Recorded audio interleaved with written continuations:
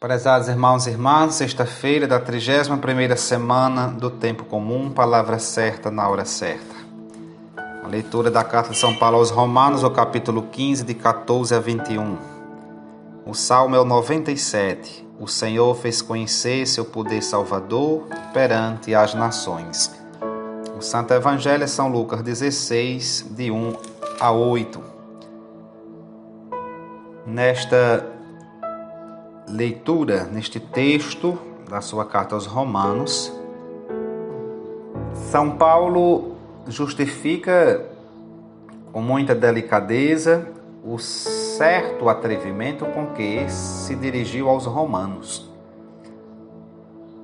Primeiro, ele reconhece que os romanos estão cheios de boa vontade, repletos de toda a espécie de conhecimento, que têm capacidade para se acolherem uns aos outros, segundo o pensamento do Senhor. Aqui ele limita-se a reavivar-lhes a memória sobre o que já sabem. Fala da sua missão de pregador como de um serviço litúrgico. São Paulo é o liturgo de Cristo, encarregado de um ofício sagrado que consiste na oblação a Deus daqueles a quem pregou o Evangelho. É assim que presta culto a Deus, tal como tinha-lhes recomendado. Este culto é paga da dívida a Cristo de que o apóstolo tem plena consciência pela graça dele recebida. Assim como a fraqueza que lhe é própria, São Paulo corresponde à força do Evangelho. O seu apostolado, por palavras e ações, é confirmado com a força de sinais e prodígios, com a força do Espírito de Deus. O Evangelho que temos a graça de anunciar não é um curso de arrebatamento por correspondência. Nosso Senhor Jesus Cristo existe ou não existe? Se não há certa familiaridade com ele, a palavra soa no vácuo. Podemos não ter desejo de ouvir falar de Deus, mas Deus é sempre necessário. Percebemos a maior preocupação do apóstolo em difundir o mais possível a mensagem evangélica. Sempre se esforçou por anunciar o Cristo onde nunca fora anunciado. Neste Santo Evangelho temos duas parábolas. A primeira ensina o modo correto de usar os bens. A segunda ensina como não devem ser usados. Em ambas, a lição recai sobre o amor ao dinheiro.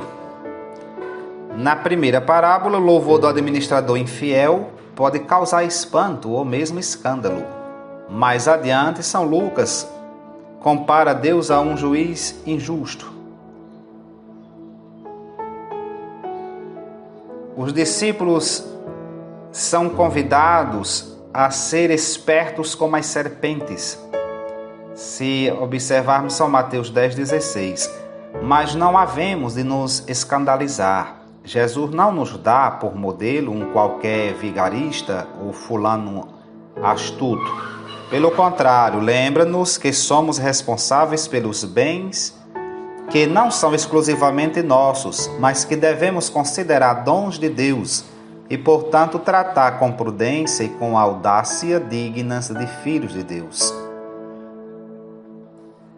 Esta parábola do administrador infiel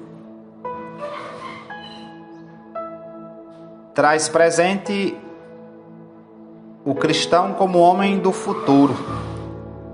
Sua vida é essencialmente tensão, dinamismo, abertura e busca. Deus exige de nós, como administradores de seus bens, prova de sagacidade que consiste em combinar o hoje com o amanhã, o provisório cá de baixo com nosso futuro, o agora com o ainda não. Associação que se deve dar na justa medida, sem que um tempo prejudique o outro. Se deixarmos-nos interpelar e verificarmos a qualidade do nosso discipulado, descobriremos quantas vezes baixamos os braços dizendo: não é possível com este povo, não há nada a fazer nesta sociedade em que vivemos. Os santos não reagiram assim. As dificuldades levam-nos a procurar soluções e a encontrá-las, porque só estão preocupados com o projeto de Deus. E o seu amor é desinteressado, generoso, criativo. É o que verificamos em São Paulo, por exemplo. Ser discípulo de Jesus Cristo significa ser homens e mulheres criativos, generosos, corajosos. Essa criatividade, generosidade e coragem vem-lhes da relação íntima com o Senhor, renovada cada dia. Peçamos ao Espírito Santo, força criadora de Deus,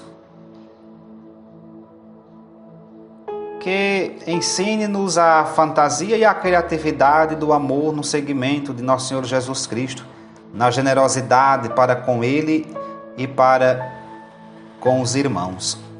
Louvado seja nosso Senhor Jesus Cristo, para sempre seja louvado.